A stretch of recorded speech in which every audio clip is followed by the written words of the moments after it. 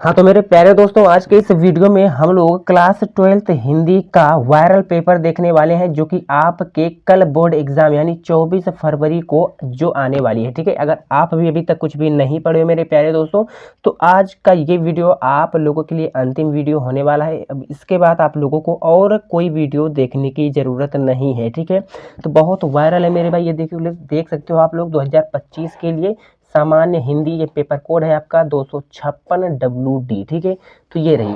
अच्छा, इसका हम लोग पूरा सोल्यूशन देखने वाले हैं मेरे भाई। ये देखो इस तरीके से ये है आप लोगों के पास आपकी बोर्ड एग्जाम की कॉपी। ठीक है, इसमें हम लोग सोल्यूशन देखने वाले हैं इस पेपर की। ठीक है, तो यहाँ पर आप लोग देख सकते हो, सबसे पहले आप लोग इस तरीके से यहाँ पर फिल करोगे पेपर का फ्रंट पेज। ठीक है, सबसे पहले आप लोग यहाँ पर अनुक्रमांक डालोगे अपना अंकों में।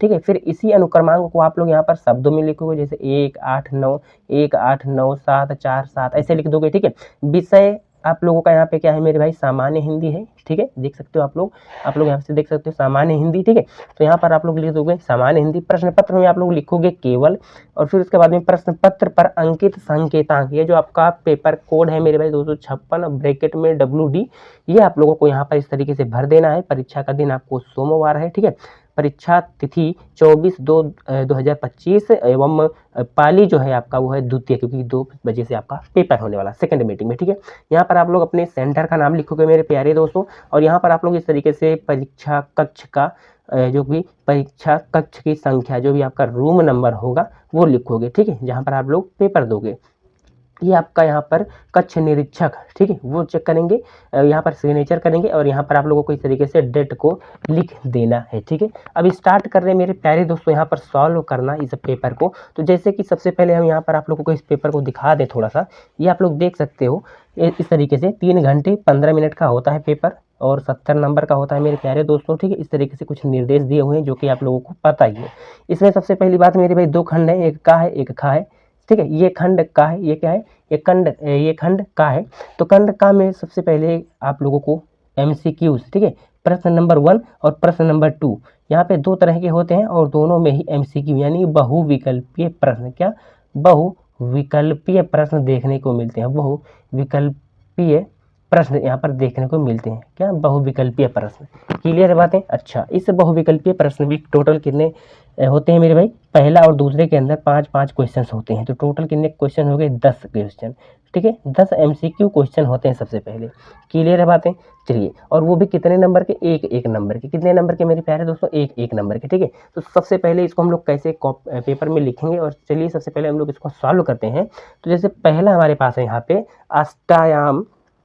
अष्टयाम के रचयिता कौन है मेरे भाई। ठीक है, तो इसका फटाफट से आप लोग कमेंट बॉक्स में कमेंट कर देना कि अष्टयाम के रचयिता कौन है, तो आप लोगों को बहुत अच्छे से क्लियर है, नाभा दास। ठीक है, ये नाभा है, भा, ठीक है, नाभा दास।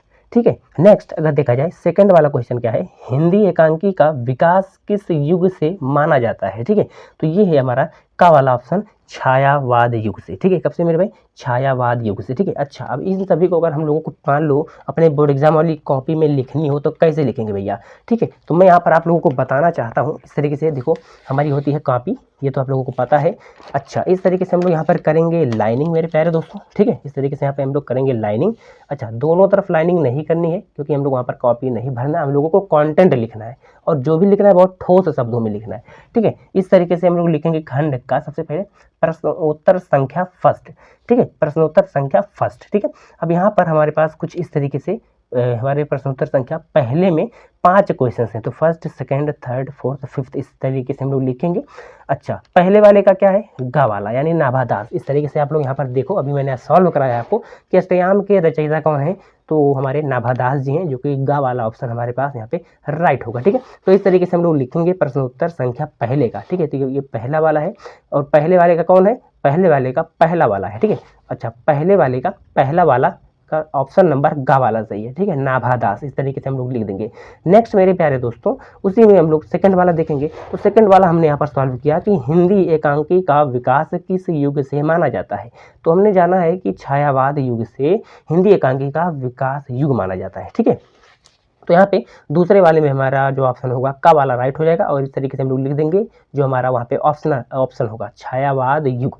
ठीक है, नेक्स्ट अगर बात करते हैं मेरे प्यारे दोस्तों, इसी में नेक्स्ट अगर हम लोग बात करते हैं, आइए नेक्स्ट हमारे पास है ये क्या है, इसमें हम लोग बात करते हैं।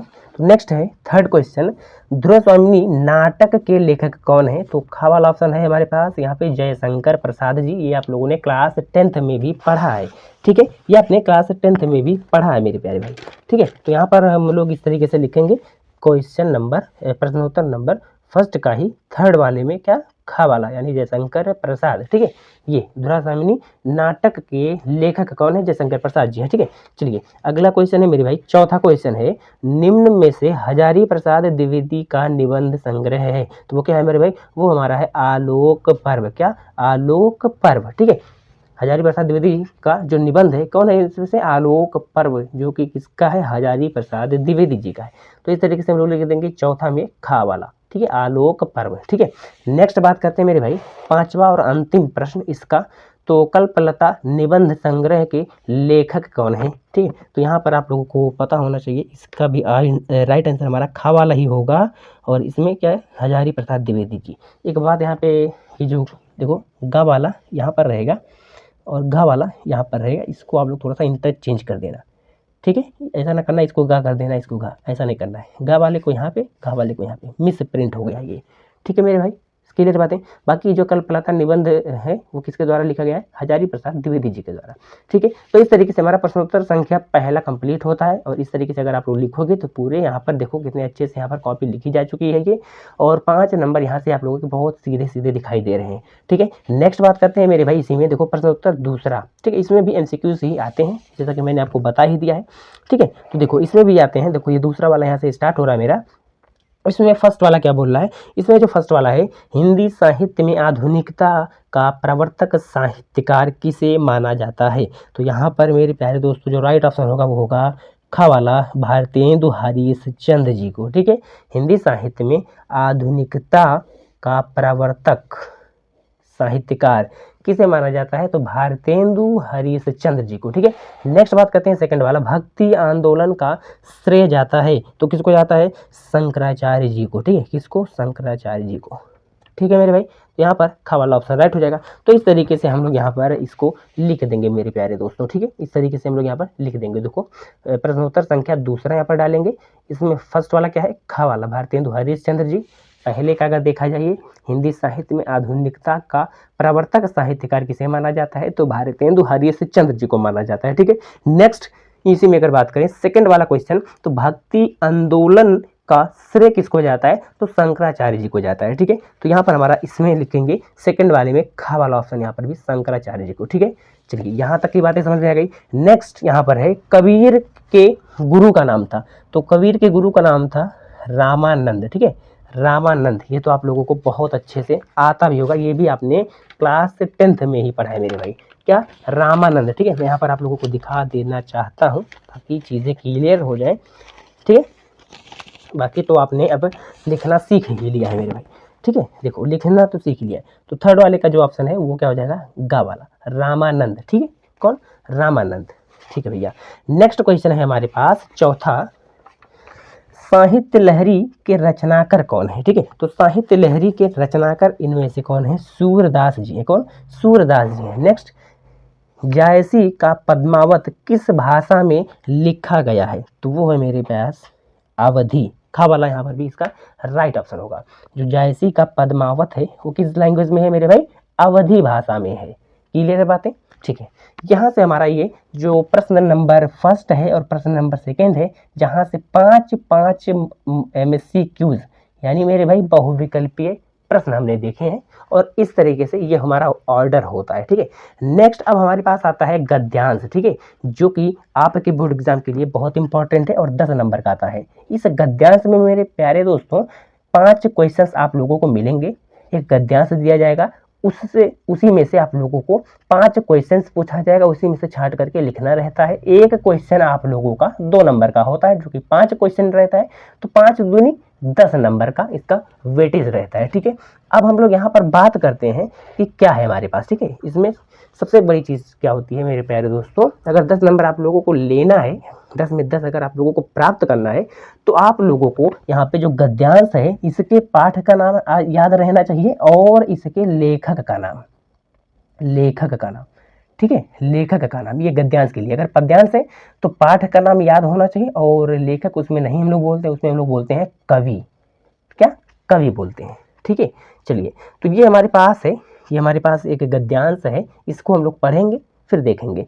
तो इसको हम लोग सबसे पहले तो पढ़ेंगे। कहते हैं दुनिया बड़ी भुलक्कड़ है, केवल उतना ही याद रखती है जितने से उसका स्वार्थ सधता है, बाकी को फेंक कर आगे बढ़ जाती है। शायद अशोक से उसका स्वार्थ नहीं सधा, क्यों उसे वह याद रखती, सारा संसार स्वार्थ का अखाड़ा ही तो है। ठीक है, थोड़ा सा कॉम्प्लेक्स लग रहा है, छोटा सा है, ठीक है, टिपिकल लग रहा है, बट अभी मैं आप लोगों को समझा दे रहा हूँ। देखो मेरे भाई, यहाँ पर दो गद्यांश दिए जाएंगे, एक का सॉल्व करना रहेगा, तो मैं इसको आप लोगों को यहाँ पर सॉल्व करके बताऊंगा, बाकी दूसरा यहाँ पर आप लोगों को खुद से सॉल्व कर लेना है। बाकी दो आप लोगों को दिए जाएंगे गद्यांश, जो आपको बेहतर आएगा वो आप लोग पेपर में लिखोगे। ठीक है, तो कैसे लिखेंगे कॉपी में, हम ये भी आप लोगों को यहाँ पर बताने वाले हैं। ठीक है, तो हमने इसको पढ़ लिया मेरे प्यारे दोस्तों।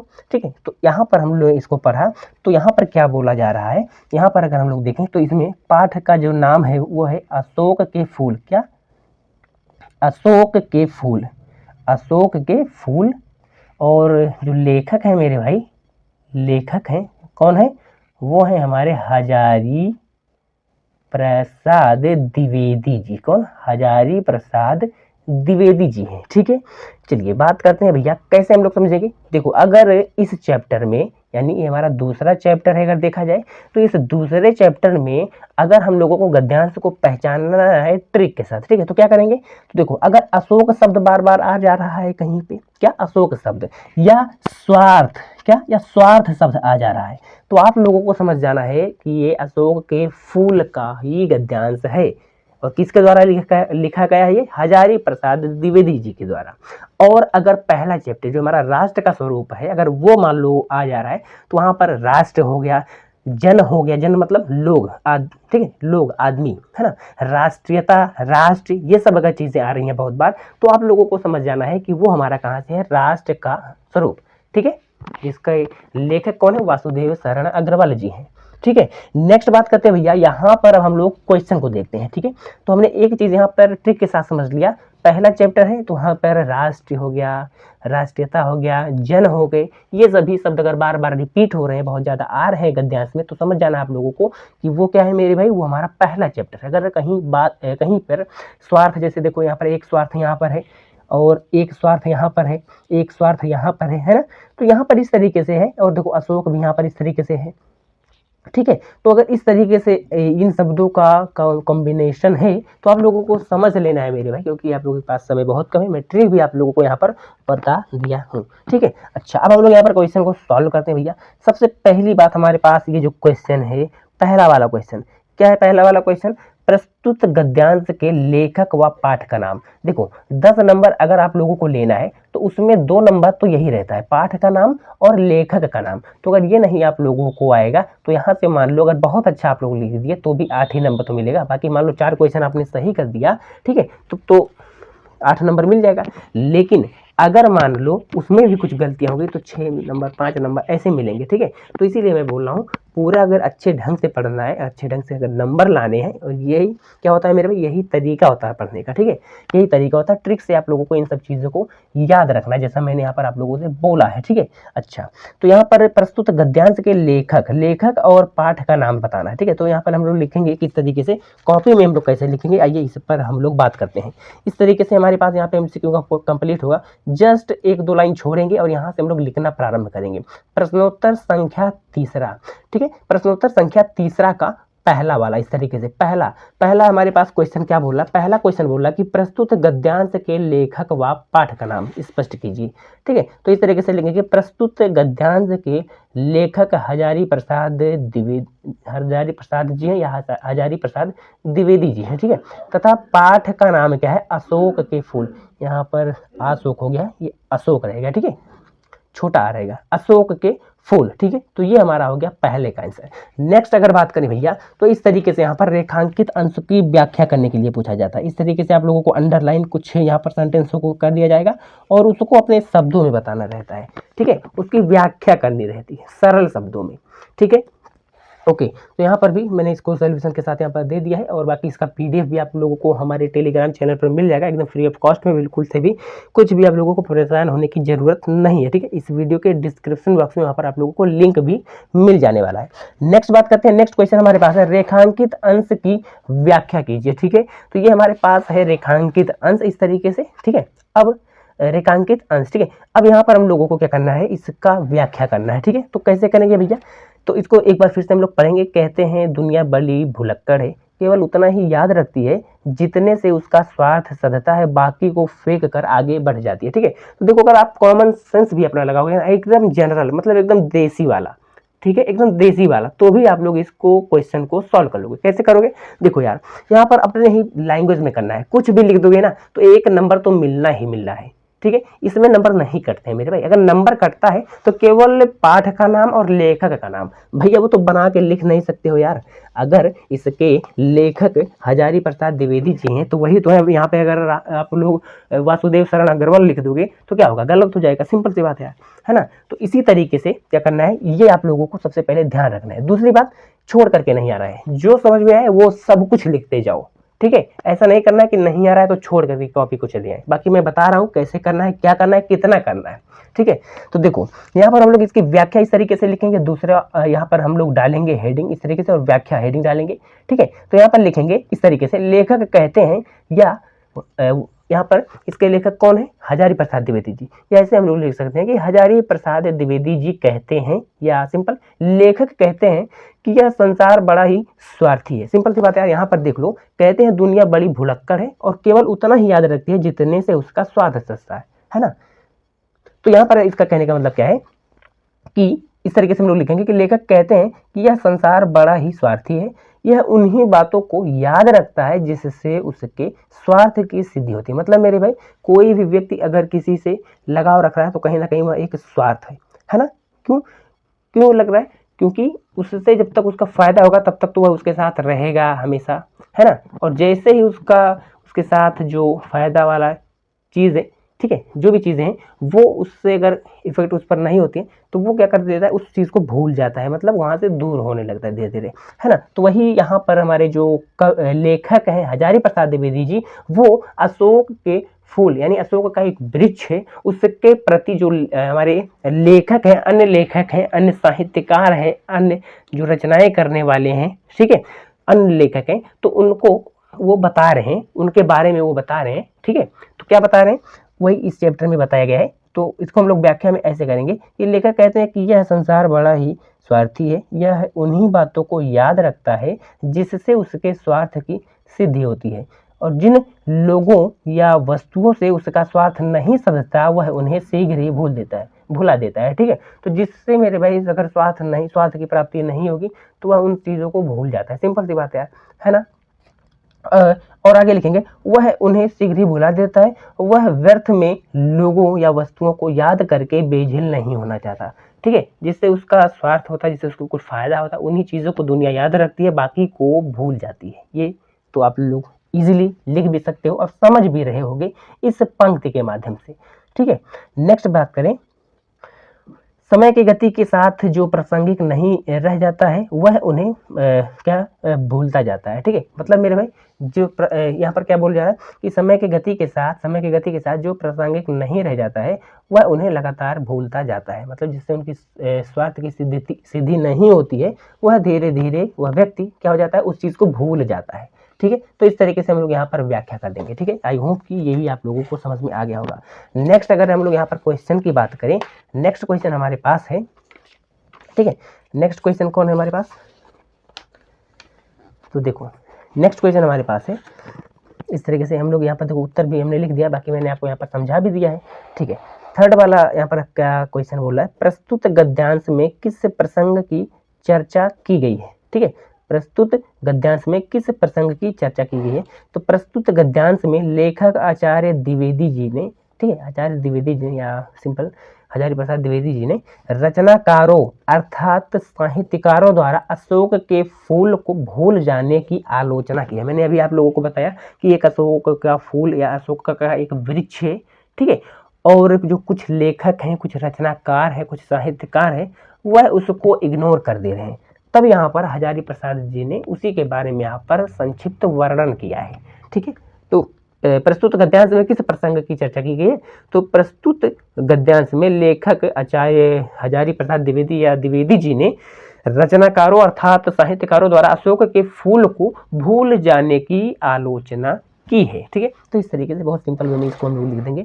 चौथा क्वेश्चन है भैया, लेखक ने गद्यांश में किस प्रकार के लोगों को स्वार्थी कहा है? ठीक है, लेखक ने इस गद्यांश में किस प्रकार के लोगों को स्वार्थी कहा? तो यहाँ पर हम लोग क्या लिखेंगे, लेखक ने गद्यांश में उन रचनाकारों या साहित्यकारों को स्वार्थी कहा है जिन्होंने अशोक के फूल को भूल जाने की गलती की है, क्योंकि उन लोगों को अशोक के फूल से किसी भी प्रकार से कोई फायदा नहीं होने वाला है। तो फायदा नहीं होने वाला है मेरे भाई, तो वो उनको याद करके क्या करेंगे, है ना, कोई फायदा है तो फायदा नहीं है, तो इसीलिए बोला जा रहा है उन लोगों को स्वार्थी व्यक्ति। ठीक है, उन रचनाकारों को, उन साहित्यकारों को यहाँ पर हमारे जो लेखक हैं हजारी प्रसाद द्विवेदी जी, वो क्या बोल रहे हैं, मेरे भाई, वो उनको स्वार्थी बोल रहे हैं। क्लियर बातें? ठीक है, नेक्स्ट, लेखक के अनुसार संसार बड़ा स्वार्थी है, यह केवल उन्हीं बातों को याद रखता है जिससे उसके स्वार्थ की सिद्धि होती है। ये तो मैंने आपको यहाँ पर एकदम आसान शब्दों में बता ही दिया। ठीक है, नेक्स्ट बात करते हैं मेरे भाई, अंतिम क्वेश्चन यहाँ पे 5वां क्वेश्चन है, सारा संसार स्वार्थ का अखाड़ा ही तो है। ठीक है, इस पंक्ति का क्या आशय है? ठीक है, तो इसका भी आशय वही है मेरे भाई। देखो, इसमें हम लोग क्या लिखेंगे, लेखक ने गद्यांश में उन रचनाकारों या साहित्यकारों को स्वार्थी कहा, या सिंपल, ये तो हमारा इसका हो गया। ठीक है, यहाँ से इसको हम लोग कट करेंगे। ठीक है, इस तरीके से ये लिखेंगे, लेखक के अनुसार संसार बड़ा स्वार्थी है, यह केवल उन्हीं बातों को याद रखता है जिससे उसके स्वार्थ की सिद्धि होती है। सारा संसार स्वार्थ का अखाड़ा ही तो है। ठीक है, तो यहाँ पर हम लोग क्या लिखेंगे, यहाँ पे हम लोग यहाँ से लिखेंगे। ठीक है, ये रिपीट हो गया है, वही ऊपर वाला। ठीक है, तो इसको आप लोग यहाँ पर क्या करना है, इसको आप लोग इस तरीके से यहाँ पर कट कर दें। ठीक है, देखो, लेखक के अनुसार संसार बड़ा सारा संसार स्वार्थ का अखाड़ा ही तो है। तो लेखक के अनुसार संसार क्या है मेरे, बड़ा स्वार्थी है, या केवल उन्हीं बातों को याद रखता है जिससे उसके स्वार्थ की सिद्धि होती है। मतलब जिससे उसको फायदा होगा वह उन्हीं चीज़ों को याद रखेगा और बाकी चीज़ों को भुला देगा, जैसे वह अशोक के फूल को भुला दिया है, जो हमारे रचनाकार, जो हमारे साहित्यकार हैं। ठीक है, तो ये यहाँ से हमारा कंप्लीट होता है, और इस तरीके से आप लोगों को यहाँ पर सॉल्व करना है। गद्यांश को मेरे भाई पूरे नंबर मिलेंगे। देखो कितने अच्छे से यहाँ पर कॉपी लिखी गई है ये। ठीक है, इस तरीके से दूर दूर लिखना और अच्छे से कंटेंट को लिखना। कॉपी बनने से कोई फायदा होने वाला नहीं है वैसे। ठीक है, मेरे हिसाब से। बाकी भरना चाहते हो तो भरो अपना, बाकी मेरा जो काम है मैं तो आप लोगों को यहाँ पर बता दे रहा हूँ। ठीक है, नेक्स्ट अगर बात करते हैं मेरे भाई, नेक्स्ट देखो, अथवा करके यहाँ पे एक क्वेश्चन है। देखो, अगर ये आप लोग नहीं कर सकते तो ये आप लोग कर सकते हो कि साहित्य, कला, नृत्य, गीत, आमोद प्रमोद अनेक रूपों में राष्ट्रीय जन अपने अपने मानसिक भावों को प्रकट करते आत्मा का जो विश्वव्यापी आनंद भाव है वह इन विविध रूप में साकार होता है। यद्यपि बाह्य रूप की दृष्टि से संस्कृति के ये बाहरी लक्षण अनेक दिखाई पड़ते हैं, किंतु आंतरिक आनंद की दृष्टि से उनमें एक सूत्रता है। जो व्यक्ति सहृदय है वह प्रत्येक संस्कृति के आनंद पक्ष को स्वीकार करता है और उससे आनंदित होता है। ठीक है, यहाँ पे कुछ क्वेश्चन दिए गए, चाहो तो आप लोग इसको भी सॉल्व कर सकते हो। ठीक है, नेक्स्ट हम लोग सॉल्व कर रहे हैं मेरे भाई, अगला क्वेश्चन देख रहे हैं। चौथा क्वेश्चन है, मैंने आप लोगों से बोला था कि गद्यांश और पद्यांश इस तरीके से होते हैं। तो गद्यांश को तो हमने सॉल्व कर लिया, 2 गद्यांश दिए जाते हैं, एक हम लोगों को करना रहता है, तो मैंने एक करा दिया है। नेक्स्ट बात करते हैं चौथा वाला क्वेश्चन जो हमारा है, इसमें भी हमारे पास 2 पद्यांश होंगे, एक को मैं यहाँ पर आप लोगों को कराने वाला हूँ।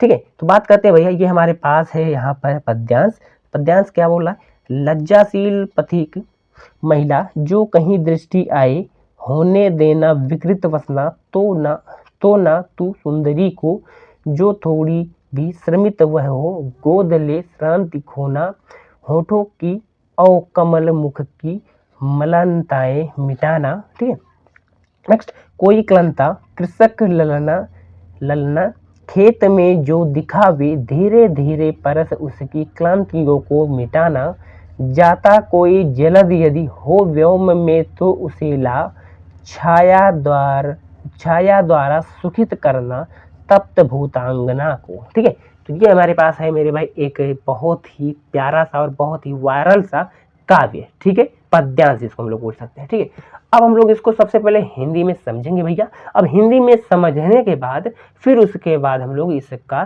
सल्यूशन भी देखने वाले हैं। ठीक है, कुछ भी रटेंगे नहीं, एकदम आसानी तरीके से सब कुछ मैं आप लोगों को यहाँ पर बताने वाला हूँ। तो सबसे पहले हम लोग समझते हैं मेरे भाई कि यहाँ पर कविता, इस कविता में, इस काव्य में कहा क्या जा रहा है। तो यहाँ पर जो राधा है, कौन, राधा, नाम तो सुना ही होगा राधा।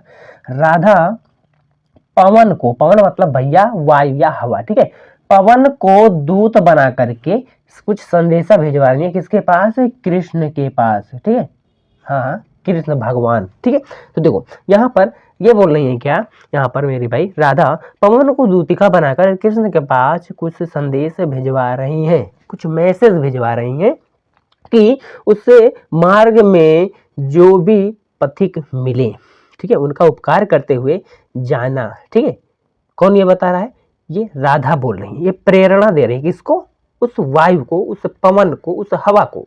ठीक है, कि अपने दुख में भी उन्हें अन्य लोगों के दुख की चिंता है। मतलब यहाँ पर राधा को ऑलरेडी दुख है, बट सोचो कि उस अपने दुख में भी जो राधा है उनको अन्य लोगों का यहाँ पर दुख है। ठीक है, तो यहाँ पर अगर हम लोग यहाँ पर सिंपल व्याख्या यहाँ पर इसी चीज को करना है। ठीक है, तो चलिए, ये तो आई होप कि आप लोगों को यहाँ पर समझ में आ ही गया होगा मेरे प्यारे दोस्तों। ठीक है, बस यही चीज है यहाँ पे, और क्या यहाँ पर और कुछ है नहीं बाकी। ठीक है, बस अब हम लोग यहाँ पर देख लेते हैं क्वेश्चन। मैंने आपको यहाँ पर सिंपल बता दिया डायरेक्ट कि राधा है और ये राधा और कृष्ण के बीच का यहाँ पर बस चीजें हैं। ठीक है, तो यहाँ पर राधा क्या कर रही है, वो राधा पवन के द्वारा, पवन को दूत बना रही है, दूत। ठीक है, पवन दूत के द्वारा कृष्ण के पास कुछ मैसेज, ठीक है, क्या भेज रही है, कुछ मैसेज भेज रही हैं। ठीक है, क्लियर बात है। ठीक है, अब हम लोग यहाँ पर बात करते हैं, सबसे पहले यहाँ पर क्वेश्चन देखते हैं, तब आप लोगों को चीज़ें और अच्छे से क्लियर हो जाने वाली हैं। तो यहाँ पर जो हमारे पास क्वेश्चन है मेरे प्यारे दोस्तों, देखिए इस तरीके से, पहला सबसे पहला है, सबसे पहला ही क्वेश्चन हमारे पास है इस तरीके से। सबसे पहला क्वेश्चन है इस तरीके से, आप लोग देख सकते हो कि प्रस्तुत पद्यांश का संदर्भ लिखिए। ठीक है, क्या लिखना है मेरे भाई, संदर्भ लिखना है। ठीक है, तो संदर्भ कैसे लिखा जाता है, सिंपल, प्रस्तुत पद्यांश हमारी पाठ्य पुस्तक में संकलित अयोध्या सिंह उपाध्याय हरिओद द्वारा रचित पवन दूतिका शीर्षक कविता से उद्गृत है। या ऐसा भी आप लोग यहाँ पर लिख सकते हो, मैं आप लोगों को एकदम साधारण बता दे रहा हूँ। अगर ये नहीं पसंद आ रहा है तो ये भी आप लोग यहाँ पर लिख सकते हो। क्या लिख सकते हो, यहाँ पर आप लोग लिख सकते हो मेरे प्यारे दोस्तों, मैं यहीं पर बता दे रहा हूँ। ठीक है, तो देखो यहाँ पर लिख सकते हो इस तरीके से कि प्रस्तुत, देखो प्रस्तुत पद्यांश, प्रस्तुत पद्यांश हमारी पाठ्य पुस्तक सामान्य हिंदी के, क्या, सामान्य हिंदी के किस चैप्टर से मेरे भाई, हिंदी के पवन दूतिका नामक पाठ्य से लिया गया है, से लिया गया है। ठीक है, जिसके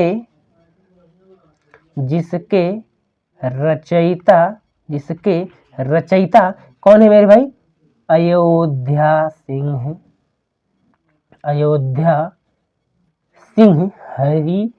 हरिऔध जी, अयोध्या सिंह उपाध्याय भी लिख सकते हो, अयोध्या सिंह उपाध्याय, ठीक है, हरिऔध जी है। ठीक है, ये है, या सिंपल इनको हरिऔध भी बोला जाता है। ठीक है, तो इस तरीके से हम लोग क्या लिखेंगे, प्रस्तुत पद्यांश हमारी पाठ्य पुस्तक सामान्य हिंदी के पवन दूतिका नामक पाठ्य से लिया गया है, जिसके रचयिता अयोध्या सिंह उपाध्याय हरिऔध जी हैं। ठीक है मेरे भाई, ये आते आप लोग लिख सकते हो, नहीं तो ऐसे भी लिख सकते हो आप लोग। ठीक है, जब आप लोगों को संदर्भ बोलेगा। ठीक है, चाहे गद्यांश हो चाहे पद्यांश हो। ठीक है, नेक्स्ट बात करते हैं, दूसरा क्वेश्चन है इसी में, प्रस्तुत पद्यांश का केंद्रीय भाव लिखिए। केंद्रीय भाव, तो देखो प्रस्तुत पद्यांश में कवि ने नायिका कौन है यहाँ पे, राधा है, और नायक कौन है भैया, नायक हमारे हैं कृष्ण भगवान। कौन है, कृष्ण भगवान है।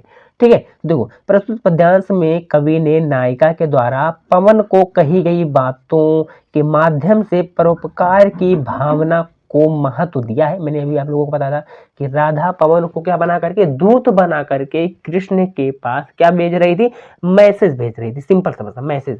तो वही देखो यहाँ पर लिखा भी है कि प्रस्तुत पद्यांश में कवि ने नायिका के द्वारा पवन को कही गई बातों के माध्यम से परोपकार की भावना को महत्व दिया है। ठीक है, नायिका द्वारा स्वयं की पीड़ा से पहले दूसरों की पीड़ा एवं कष्टों को दूर करने का संदेश दिया गया है।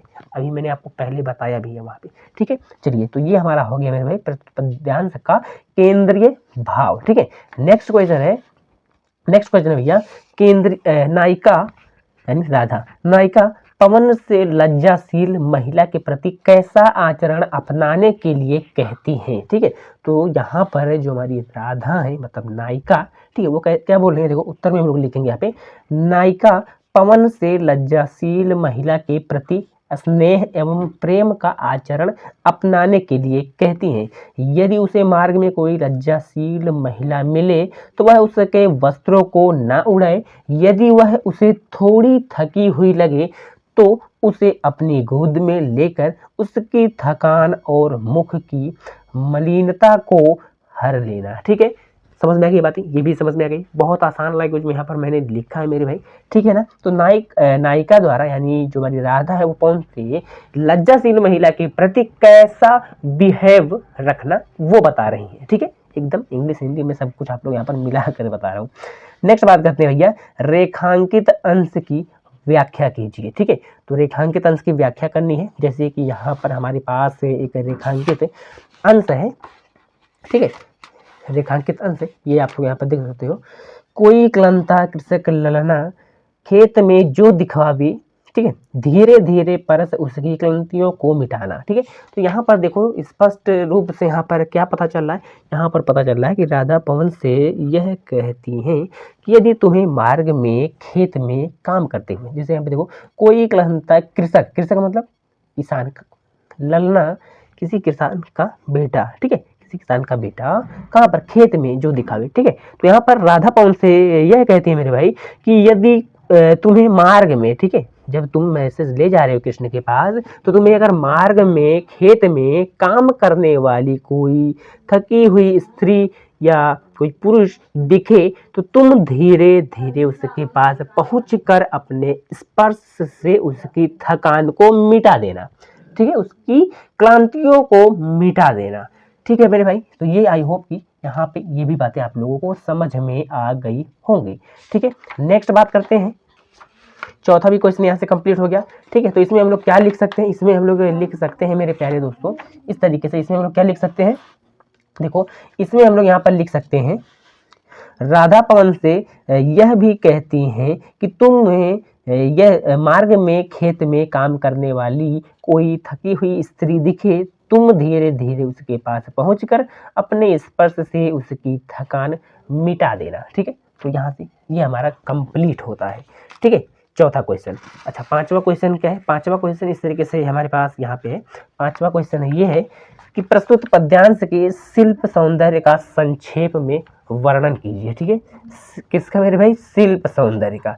ठीक है, तो देखो प्रस्तुत पद्यांश में कवि ने तत्सम शब्दावली युक्त खड़ी बोली का प्रयोग किया है। किसका मेरे भाई, किसका, तत्सम शब्दावली का। ठीक है, तत्सम शब्दावली युक्त खड़ी बोली का यहाँ पर क्या किया है, यूज किया है इस कविता में, इस काव्य में।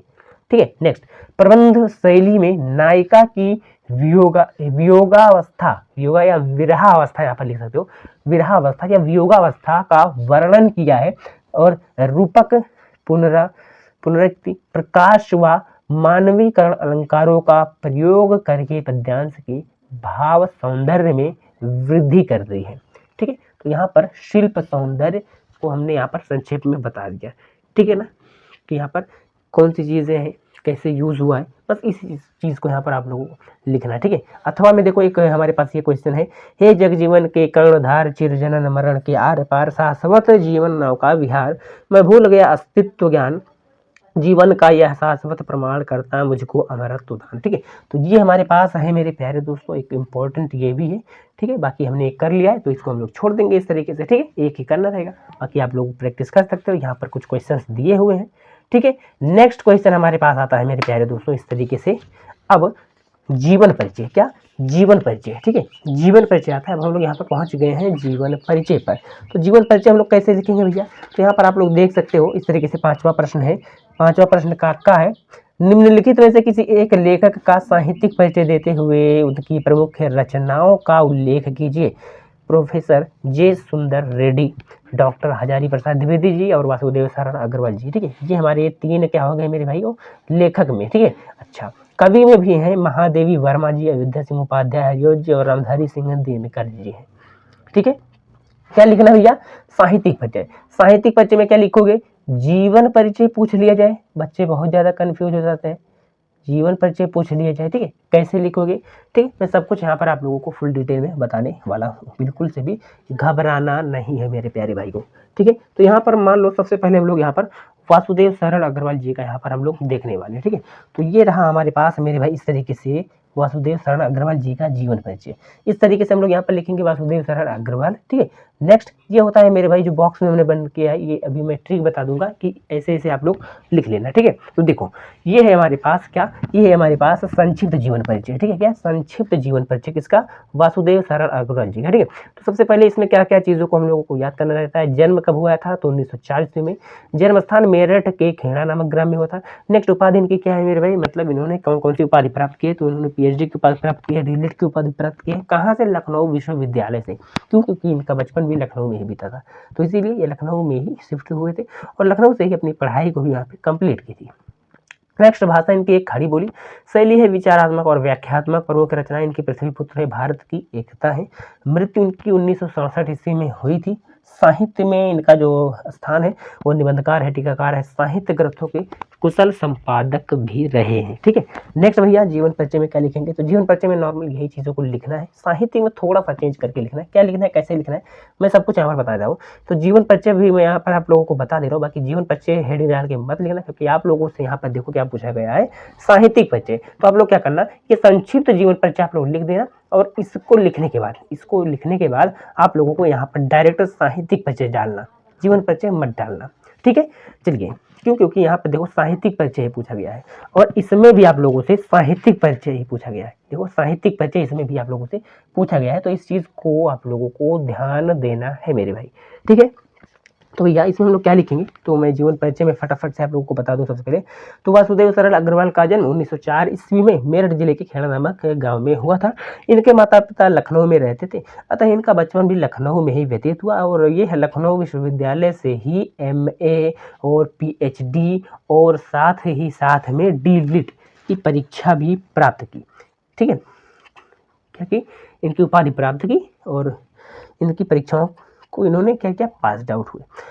नेक्स्ट इन्होंने प्राचीनकालीन भारत विषय पर शोध किया। इनकी भाषा, खड़ी बोली एवं शैली जो थी वो कैसी थी मेरे भाई, विचारात्मक और व्याख्यात्मक, मैंने अभी आपको बताया ही है। उसमें जो हमारा संक्षिप्त जीवन परिचय उसमें अतः सन 1967 ईस्वी में इस महान साहित्यकार का निधन हो गया। इस तरीके से हम लोग यहाँ पर लिख देंगे, ठीक है। ये तो आप लोग लिख ही सकते हो ना, इतना थोड़ा सा यार, इतना सा बड़ाई तो कर ही सकते हो कि इस महान साहित्यकार, इस महान लेखक का, है ना। इस तरीके से आप लोग लिख देना।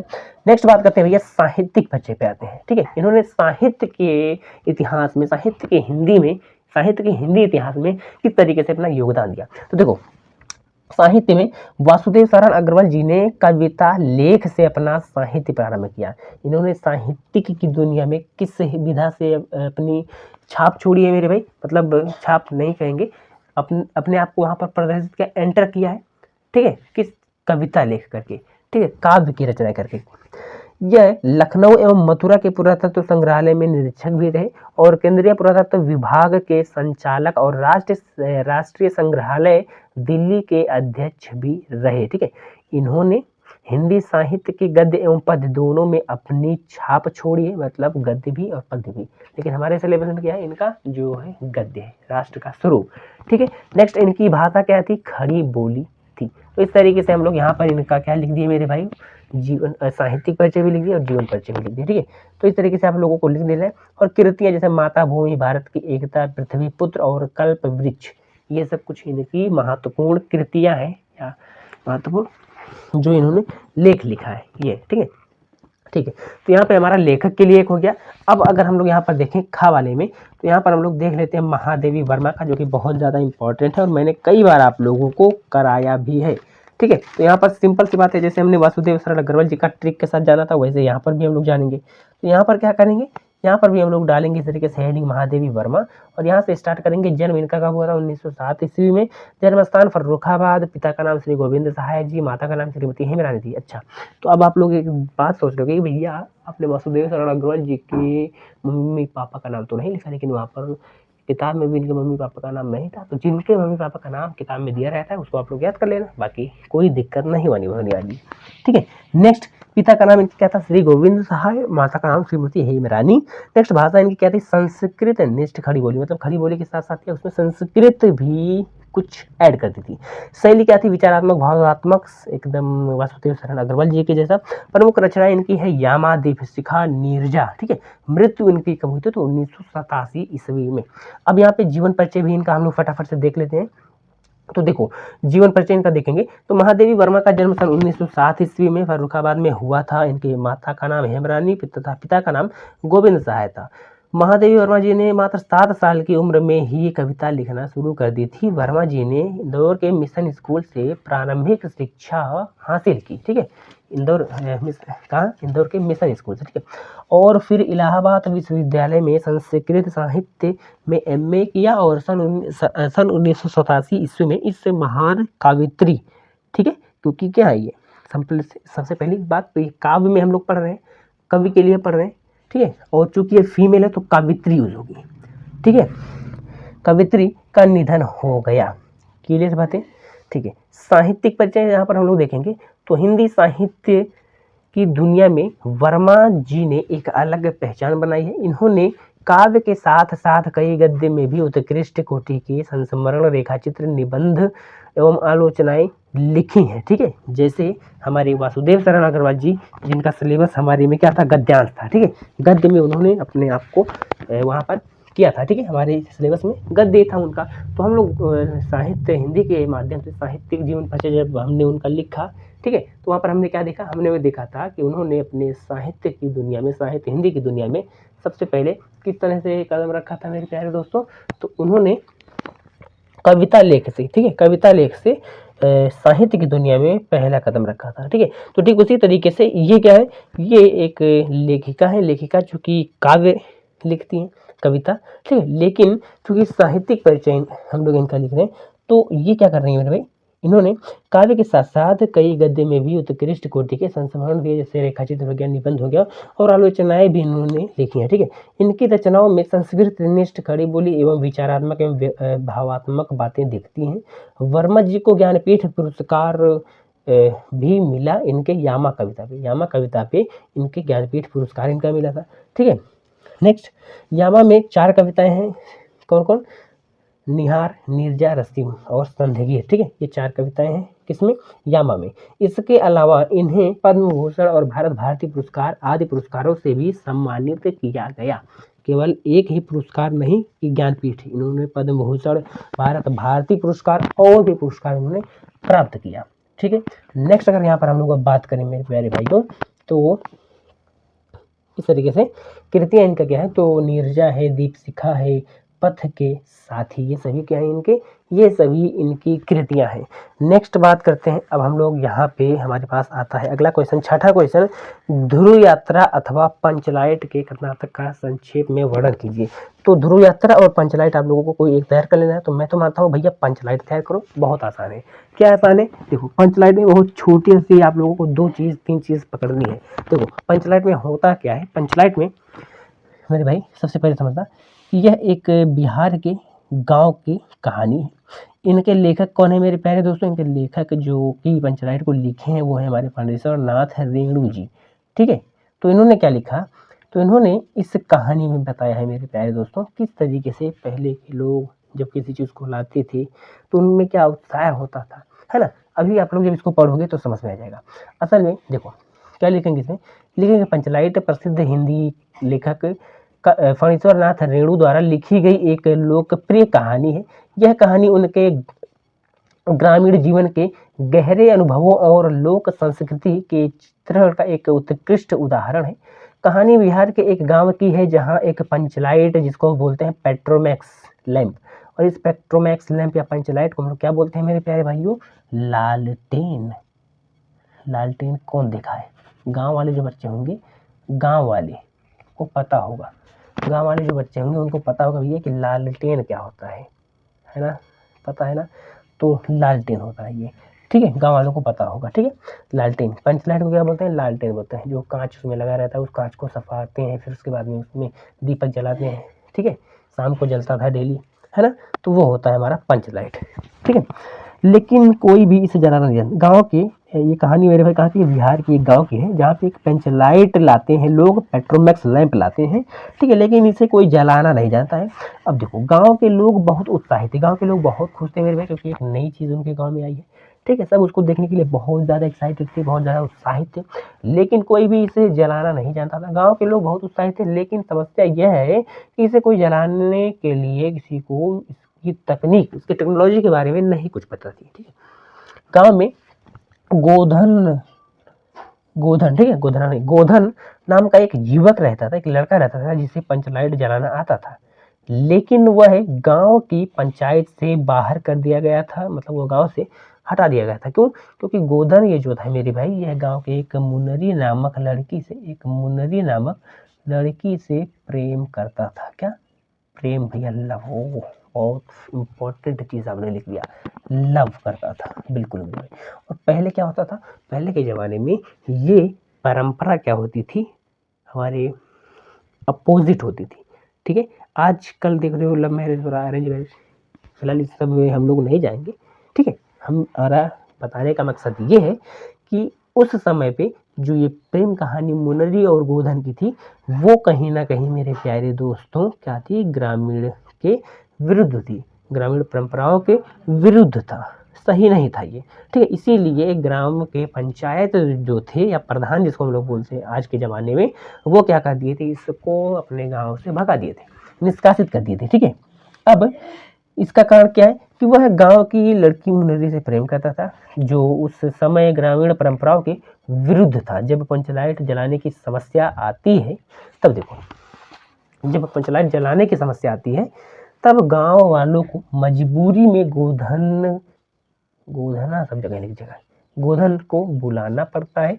गोधन पंचलाइट जलाने में सफल हो जाता है और अंत में गांव वालों की जो नाराजगी वो भी क्या हो जाती है? खत्म हो जाती है। और मुनरी भी गोधन को देख करके बहुत हैप्पी होती है। जब हैप्पी मतलब जब हंसी भैया तो फंसी, है ना? कुछ ऐसा कहावत कहा गया है, ठीक है। फिलहाल इसमें हम लोग नहीं जाएंगे, आगे बात करते हैं स्वपठित खंड काव्य, ठीक है। स्वपठित खंड काव्य के आधार पर किसी एक खंड का के एक प्रश्न का उत्तर दीजिए। इस तरीके से ये आप लोगों के पास आते हैं, 5 नंबर के आते हैं, ठीक है।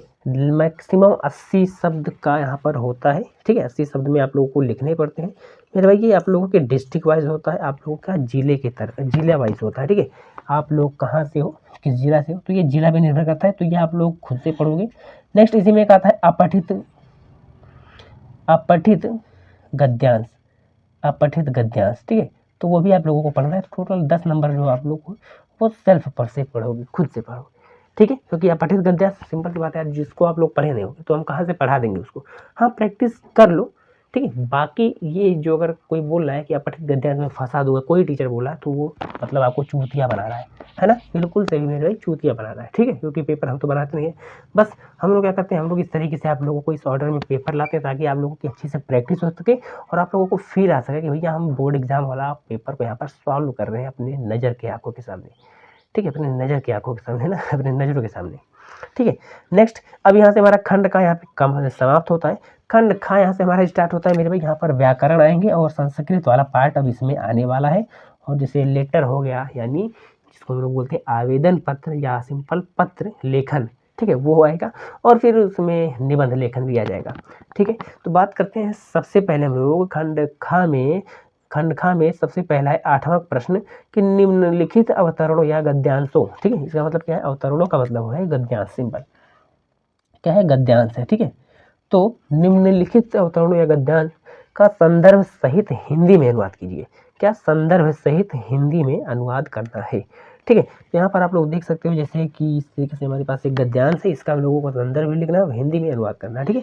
तो संस्कृतस्य साहित्यम सरसम व्याकरणच्च सुनिश्चितम तस्य गद्ये पद्ये च लालित्यम भावबोध सामर्थ्यम अद्वितीयम श्रुतिमाधुर्य वर्तते किं बहुना चरित्र निर्माणात् यदृशीं सत्प्रेरणां संस्कृतवाङ्मयं ददाति।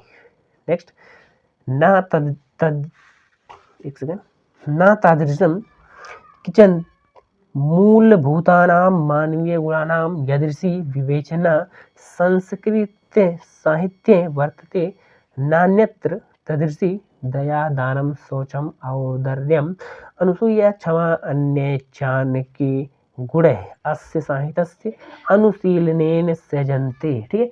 अच्छा, इसका मतलब क्या है? इसका मतलब तो कुछ समझ नहीं आया, लेकिन अभी आप लोगों को इसका मतलब समझ में आ जाने वाला है। तो यहाँ पर इसको हम लोग कैसे सॉल्व करेंगे, देखो एकदम आसान तरीके से मैं बता रहा हूँ। देखो क्या करेंगे भैया, सबसे पहले यहाँ पर लिखेंगे हेडिंग खंड खा और यहाँ पर लिखेंगे प्रश्नोत्तर संख्या 8वां का, ठीक है। प्रश्नोत्तर संख्या 8वां का इस तरीके से लिखेंगे, प्रस्तुत गद्यांश हमारी पाठ्य पुस्तक संस्कृत दिग्दर्शिका के संस्कृत भाषाया महत्व पाठ्य से लिया गया है। तो ये हमारा हो गया संदर्भ, 2 नंबर यहाँ पे मिलेंगे और 5 नंबर का हमारा होता है अनुवाद। तो अनुवाद में क्या करेंगे भैया, यहाँ पर जैसे कि आप लोग देख सकते हो यहाँ पर लिखा हुआ है कि संस्कृत, यहाँ पर देख सकते हो अनुवाद में क्या कैसे करेंगे, अनुवाद में इसको हम लोग हिंदी में अनुवाद करेंगे। तो संस्कृत साहित्यम सरसम व्याकरणच्च सुनिश्चित, इसका मतलब है संस्कृत साहित्य सरसम मतलब रसपूर्ण तथा सुनिश्चित व्याकरण वाला है, उसके गद्य एवं पद्य में लालित्य भाव अभिव्यक्ति की शक्ति और अद्वितीय श्रुति माधुर्य विद्यमान है, यानी प्रेजेंट है, ठीक है। इसका मतलब क्या है, तस्य गद्ये पद्ये च लालित्यम भावबोध सामर्थ्यम अद्वितीयम श्रुति माधुर्य वर्तते किं बहुना चरित्र निर्माणात् यदृशीं सत्प्रेरणां संस्कृत वाग्यम ददाति न तदृशीं किंचित्, ठीक है। तो ये हमारा हो गया। तो यहाँ पर हम लोग इस तरीके से इसको क्या करेंगे मेरे भाई, इस तरीके से इसको हम लोग लिख लेंगे, ठीक है। भाव अभिव्यक्त की शक्ति और अद्वितीय श्रुति माधुर्य है।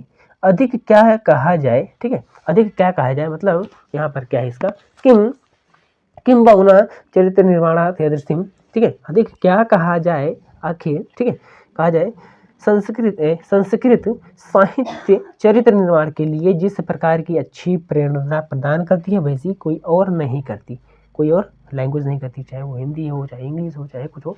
जिस तरह से संस्कृत हम लोगों में जो एक इफेक्ट होता है वो ऐड करती है, वो डालती है हम लोग, ठीक है। नेक्स्ट बात करें, वैसे कोई और नहीं करता। संस्कृत साहित्य में मूलभूत मानवीय गुणों की जैसी विवेचना है वैसे अन्यत्र नहीं है, ठीक है। जैसे यहाँ पर मानवीय गुणों की विवेचना की गई है किसमें, ये हमारे जो यहाँ पर संस्कृत दिग्दर्शिका के संस्कृत भाषाया महत्व में, जो कि ये हमारा पैराग्राफ है, इस तरीके से इसमें जो भी चीज़ें लिखी गई हैं बहुत इंपॉर्टेंट है, ठीक है। तो वही यहाँ पर बताया गया है, ठीक है। तो इस तरीके से आप लोग इसको लिख लोगे, बाकी स्क्रीनशॉट भी आप लोग यहाँ पर इसको ले सकते हो। तो ये यहाँ से हमारा कंप्लीट होता है इस तरीके से मेरे प्यारे दोस्तों।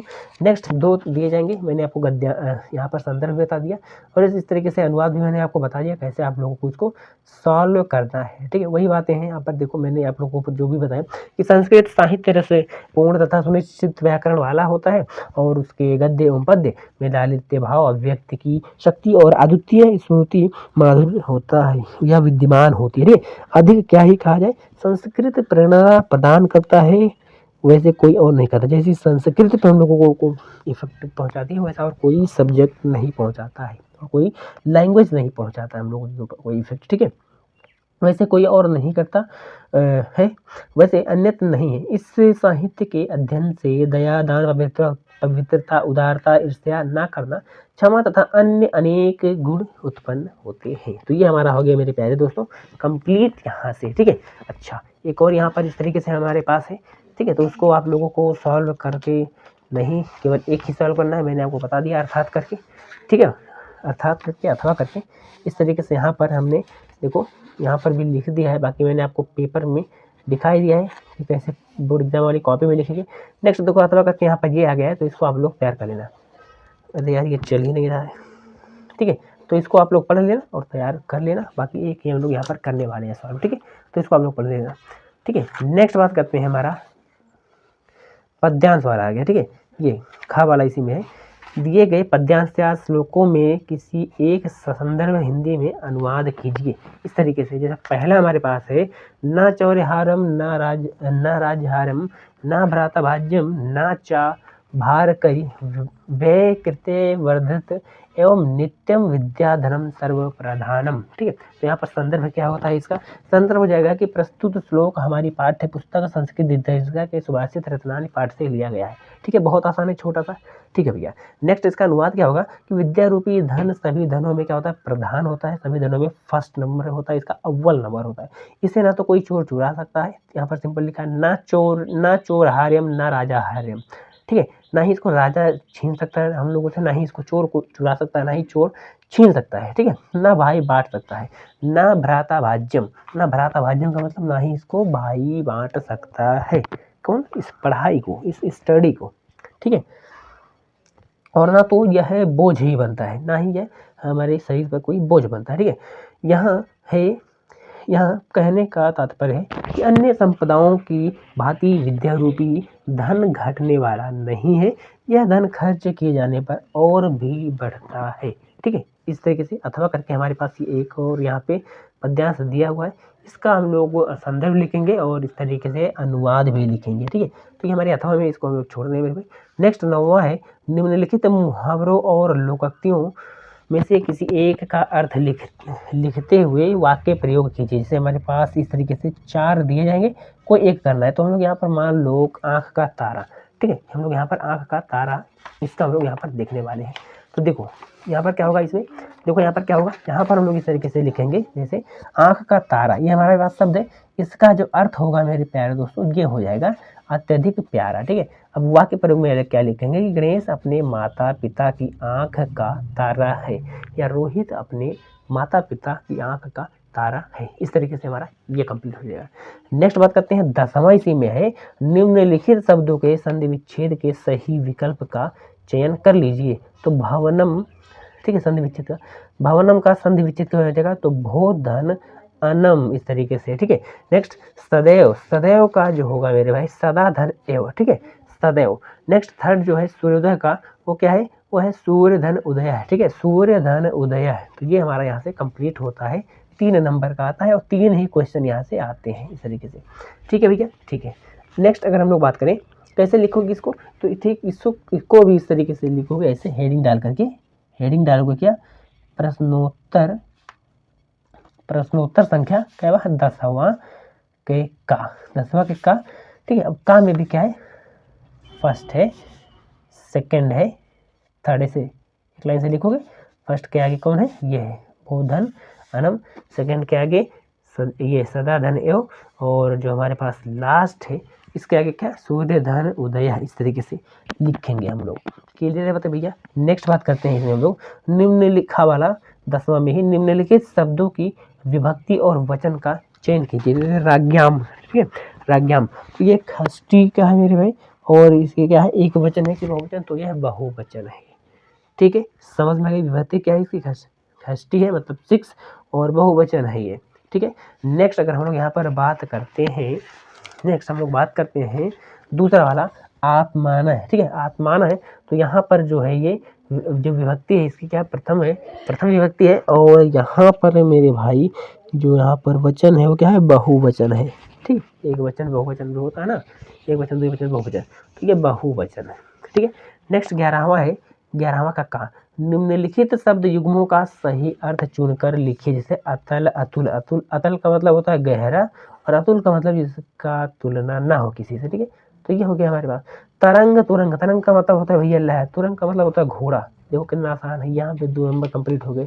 नेक्स्ट खा वाला है, निम्नलिखित शब्दों में से किसी एक शब्द का 2 अर्थ लिखे। जैसे कनक हो गया, कनक का क्या होता है, सोना होता है, धतूरा लिख सकते हो।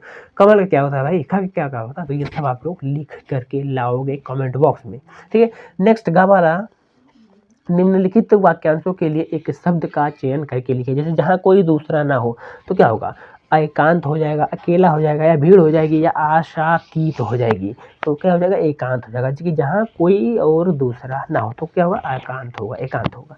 ठीक है, नेक्स्ट अगर इसी में हम लोग बात करें मेरे भाई, तो इसको तो आप लोग कॉपी में लिख ही लोगे आप, आई होप की। ठीक है, नेक्स्ट है यहाँ पर सेकंड वाला इसका, उपकार को मानने वाला तो क्या होता है, कृतज्ञ होता है। नेक्स्ट गा वाला इसी का है, निम्नलिखित में से किन्हीं दो वाक्यों को शुद्ध करके लिखिए। जैसे पहली है हमारे पास, महादेवी वर्मा हिंदी की प्रसिद्ध कावित्री हैं। तो कावित्री नहीं होता है मेरे भाई, काव्यत्री होती हैं, ये कावित्री। ठीक है, ये होती हैं सबसे पहली बात। ठीक है, तो ये हमारा हो गया यहाँ से कंप्लीट। ये भी मेरे भाइयों देखो, महादेवी वर्मा हिंदी की प्रसिद्ध कावित्री है, और फूलों की माला लाओ, इस तरीके से ये जो है एक फूल की माला लाओ, तो इसको ऐसे नहीं बोल करके हम क्या बोलते हैं, फूलों की माला लाओ। ठीक है, तो हमारा दूसरा यहाँ पर क्या 11वां का खा गा घा, ये 4 टॉपिक यहाँ से कंप्लीट हो गए। नेक्स्ट अब हमारे पास आ रहे हैं मेरे प्यारे भाइयों, क्या है सबसे पहले यहाँ पर अब हमारा है 12वां का, जो कि क्या है, वियोग श्रृंगार अथवा हास्य रस की परिभाषा उदाहरण सहित दीजिए। किसकी मेरे प्यारे दोस्तों, हास्य रस की, या तो वियोग श्रृंगार। ठीक है, वियोग श्रृंगार रस। अच्छा, श्रृंगार रस 2 प्रकार के होते हैं, एक वियोग, एक क्या होता है, संयोग, है ना। ये वहीं से आया हुआ है, बिल्कुल से भी घबराना नहीं है। ठीक है, इसका सलूशन हम लोग यहाँ पर देखने वाले हैं मेरे प्यारे दोस्तों। तो आइए यहाँ पर देखते हैं। तो ये रहा हमारे पास जैसे प्रश्नोत्तर संख्या 12वां का। ठीक है, हास्य रस हम लोग यहाँ पर लिखेंगे। कोई आप लोगों को 2 रस मिलेगा, 2 छंद मिलेगा, 2 अलंकार, तो 2 में से कोई एक करना रहेगा उदाहरण से। तो हास्य रस क्या होता है कि जब हास्य नामक अस्थायी भाव, विभाव, अनुभाव और संचारी भाव से संयोग होता है तो वहाँ पर हास्य रस की उत्पत्ति होती है। जैसे अभी श्रृंगार रस हो गया, तो श्रृंगार में क्या होता है, रति नामक अस्थायी भाव। करुण रस हो गया तो उसमें शोक नामक अस्थायी भाव। वीर रस हो गया तो उसमें उत्साह नामक अस्थायी भाव। तो ये सभी कुछ क्या है, अस्थायी भाव है, जो बहुत इंपॉर्टेंट है। अगर ये नहीं लिखोगे तो आपका गलत हो जाएगा आंसर। ठीक है, तो हास्य रस क्या होता है, जब हास्य नामक अस्थायी भाव, विभाव, अनुभाव और संचारी भाव से संयोग करता है तो हास्य रस की उत्पत्ति होती है। उदाहरण अभी आप लोग समझो, हाथी जैसी देह, गधे जैसी चाल, तरबूज जैसी खोपड़ी, खरबूज जैसी बाल। किसी का अगर हाथी जैसी देह हो और गधे जैसी चाल हो तो क्या होगी मेरे भाई, हमको हंसी आएगी। तो जो हमारे मन में, जो हमारे हृदय में हंसी उत्पन्न होगी, वो हंसी ही क्या होती है, वो हंसी ही जो हमारा हृदय विनोद हो जाता है, विनोदित हो जाता है। ठीक है, जो हमारे मन में एक आ जाती है, खुशी आ जाती है, खुशी की लहर। ठीक है, हंसी की लहर। ठीक है, हंसी, तो यही होती है मेरे भाई क्या, हास्य रस। ठीक है, नेक्स्ट अगर हम लोग बात करें यहाँ पे प्रश्नोत्तर संख्या 12वां का खा, तो यहाँ पर हम लोग देखो हमारे पास क्वेश्चन क्या है, 12वां के खा में 12वां का जो खा है यहाँ पर बोल रहा है उत्प्रेक्षा अथवा श्लेष अलंकार। ठीक है, तो यहाँ पर हम लोग क्या उत्प्रेक्षा अलंकार को देख रहे हैं। तो जहाँ उपमेय में उपमान होने की संभावना या कल्पना की जाती है तो उसे ही हम लोग उत्प्रेक्षा अलंकार बोलते हैं। जैसे उदाहरण है, नेत्र मानो कमल है। स्पष्टीकरण इस तरह से हम लोग लिख सकते हैं कि नेत्र की कल्पना कमल से की गई है। किसकी, नेत्र की कल्पना। तो जिसकी तुलना की जाती है वो होता है हमारा उपमेय। तो नेत्र हमारा उपमेय हो गया और कमल हमारा क्या होगा मेरे प्यारे दोस्तों, उपमान हो गया। ठीक है, तो ये बात आप लोगों को ध्यान रखना है। तो यहाँ पर उत्प्रेक्षा अलंकार भी हो गया। उत्प्रेक्षा अलंकार कब होता है, जहाँ उपमेय में उपमान होने की संभावना बताई जाए या कल्पना की जाए, तो वहाँ ही हमारा उत्प्रेक्षा अलंकार होता है। नेक्स्ट क्वेश्चन इसी में हम लोग भैया बात करते हैं, दोहा अथवा कुंडलिया छंद। मैंने रस छंद अलंकार का एक वीडियो बनाया है, इसी वीडियो के डिस्क्रिप्शन बॉक्स में आप लोगों को दे दूंगा। जितने भी रस छंद अलंकार है बस उतना आप लोग तैयार कर लेना, आप लोगों को बहुत हेल्प मिलेगा उस वीडियो से।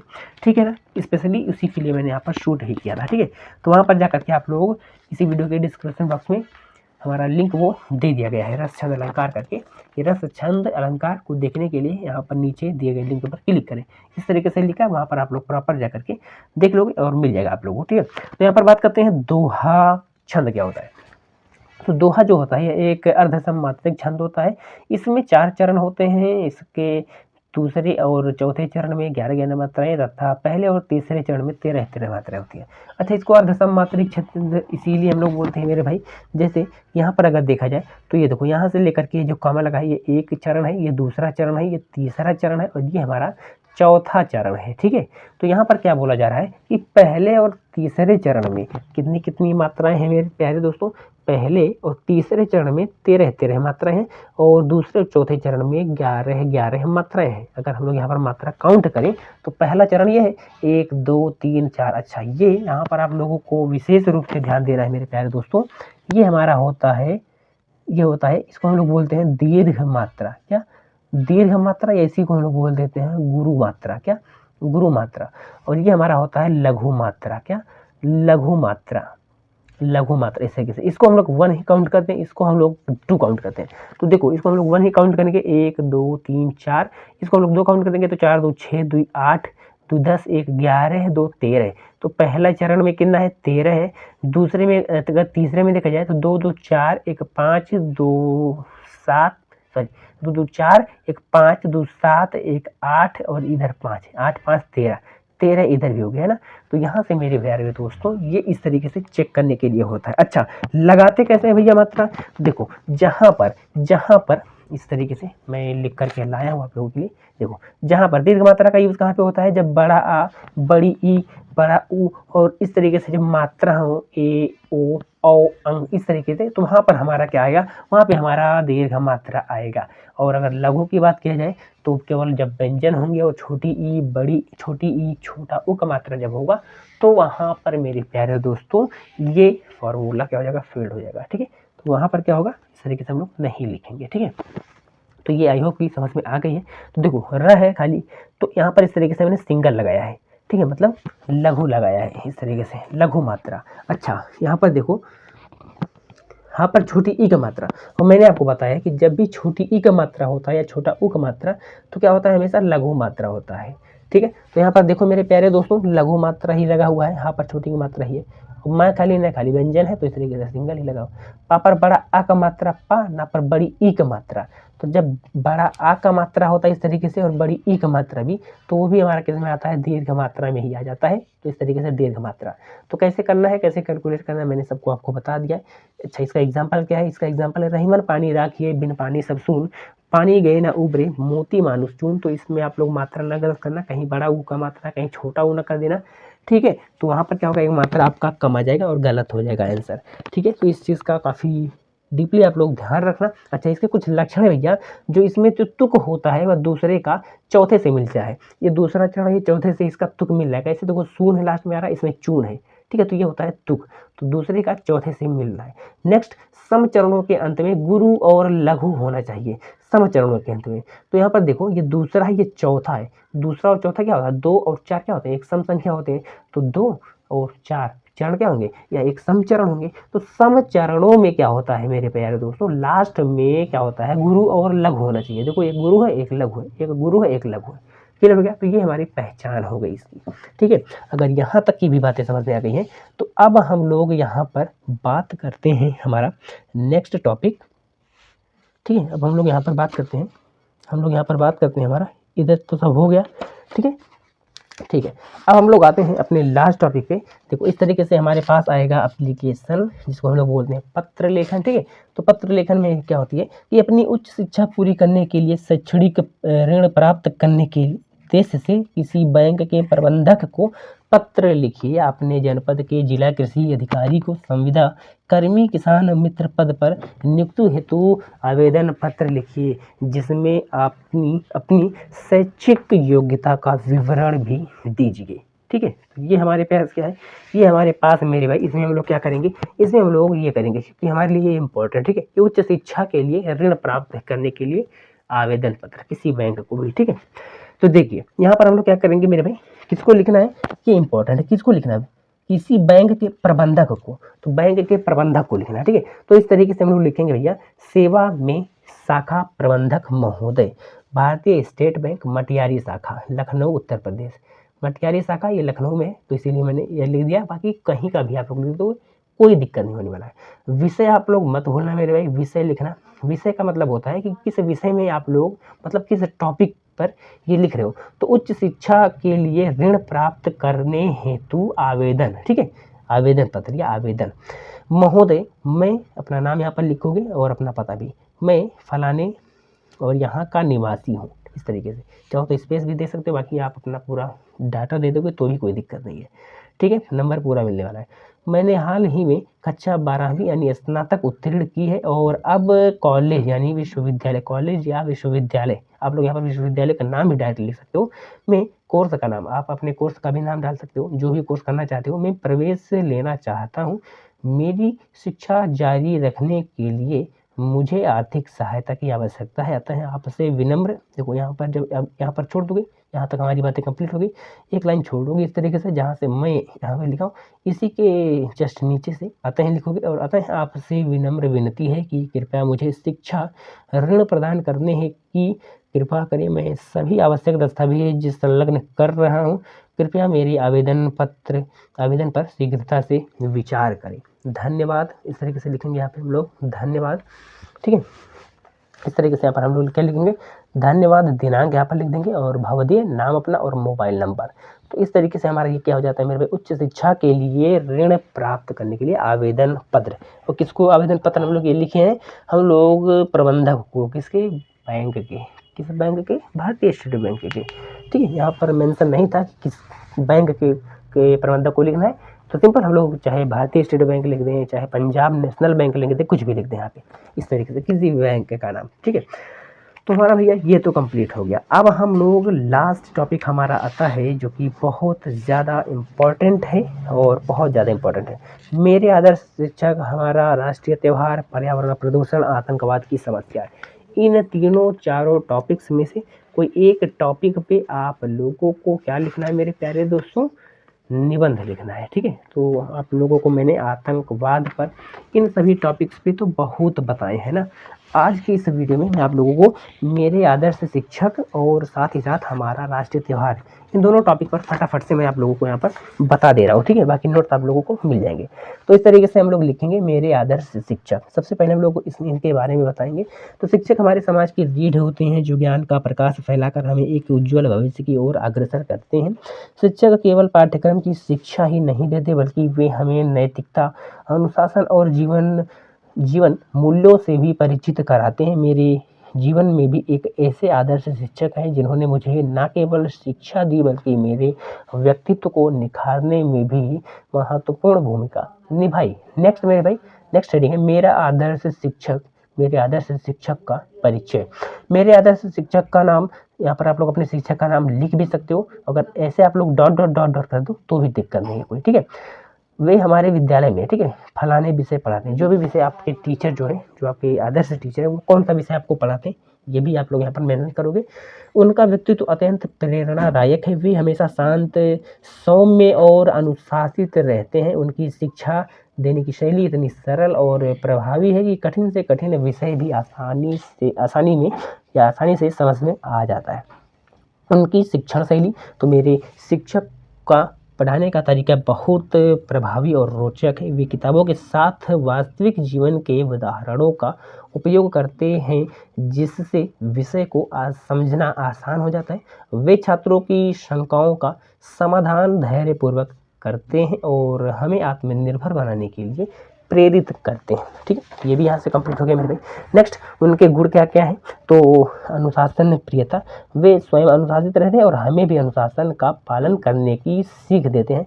सहृदयता, तो वे हमेशा छात्रों की समस्याओं को समझते हैं और उनकी सहायता करने के लिए तत्पर रहते हैं। नेक्स्ट, प्रेरणादायक व्यक्तित्व, उनके शब्दों में अद्भुत प्रेरणा होती है जो हमें कठिनाइयों से लड़ने और अपने लक्ष्यों को प्राप्त करने की शक्ति देती है। नेक्स्ट, न्यायप्रियता, वे सभी छात्रों के साथ समान व्यवहार करते हैं और हमें ईमानदारी का महत्व सिखाते हैं। ये हमारा हो गया। नेक्स्ट है मेरे भाई जीवन पर प्रभाव, ठीक है। जीवन पर प्रभाव इसके, जो हमारे आदर्श शिक्षक हैं उनका हमारे जीवन पर प्रभाव, ठीक है। तो मेरे आदर्श शिक्षक ने मुझे केवल किताबी ज्ञान ही नहीं दिया बल्कि उन्होंने मुझे आत्मनिर्भर, आत्मविश्वासी और ईमानदार बनने की प्रेरणा दी। उनकी शिक्षा से मैंने कठिन परिश्रम और धैर्य का महत्व समझा। अब निष्कर्ष क्या है, इसमें निष्कर्ष भी लिखना है, मत भूलना मेरे भाई कि निष्कर्ष से क्या निकला। निष्कर्ष में लिखेंगे कि एक आदर्श शिक्षक वह होता है जो अपने ज्ञान, व्यवहार और नैतिक मूल्यों से अपने छात्रों के जीवन को सार्थक दिशा प्रदान करता है। मेरे आदर्श शिक्षक मेरे लिए सिर्फ एक शिक्षक ही नहीं बल्कि मेरे पथ प्रदर्शक और प्रेरणा स्रोत भी हैं। मैं भाग्यशाली हूँ कि मुझे उनके मार्गदर्शन में सीखने का अवसर मिला। तो इस तरीके से मेरे प्यारे दोस्तों यहाँ पर आप लोगों का ये भी कंप्लीट होता है मेरे आदर्श शिक्षक पर क्या, ये निबंध पर्यावरण प्रदूषण और आतंकवाद। ये तो मैंने आपको बहुत पहले बता भी दिया और ये तो आप लोग लिख भी लोगे। मेरे आदर्श शिक्षक जो हैं इन पर भी मैंने आपको बेसिक आइडिया दे दिया कि कैसे लिखना है, क्या लिखना है। तो आज के इस वीडियो को अगर आपने पूरा देखा है मेरे प्यारे दोस्तों, अगर आपने पूरा आज के इस वीडियो को देखा है तो ये गारंटी आप लोग मान करके चलना कि आज के इस पेपर से आप लोगों को कल 24 फरवरी बहुत लाभ होने वाला है, बहुत लाभ होने वाला है। तो आज के इस वीडियो में बस इतना ही मेरे भाई, मिलते हैं नेक्स्ट वीडियो में। तब तक के लिए टाटा बाय बाय, जय हिंद, टेक केयर।